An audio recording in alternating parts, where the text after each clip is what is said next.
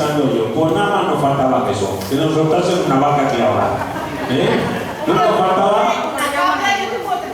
Bueno, lo dejaremos estar, por lo que pueda pasar, lo dejaremos estar.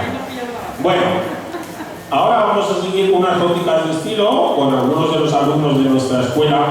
En primer lugar, quisiera tener un recuerdico para nuestra compañera Paquita, que debería que ser quien cantase ahora, pero bueno, está dispuesta y bueno, pues un problema de salud le impide acompañarnos. Le mandamos un abrazo fuerte, un beso de parte de todos y le deseamos una pronta recuperación a nuestra amiga Paquita.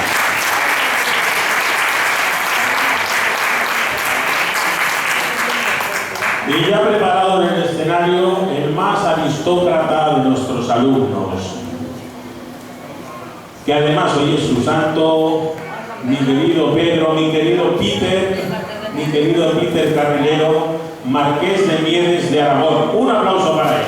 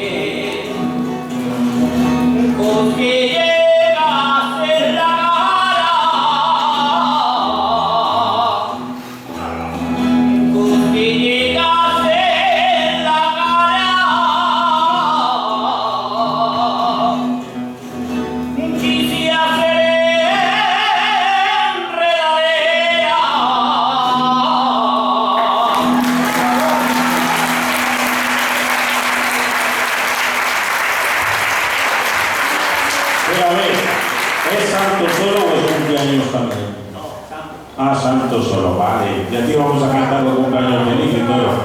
Bueno, Pedro, no me falles, no falles, ¿eh? Ya sabes la respuesta por dónde va. ¿A quién le dedicas esta jónica? Al trocico de mujer que tengo antes. Muy bien, muy bien.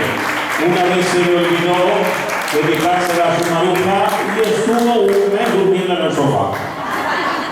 Pobre Pedro mío. Muy bien, Pedro. Estupendo, estupendo.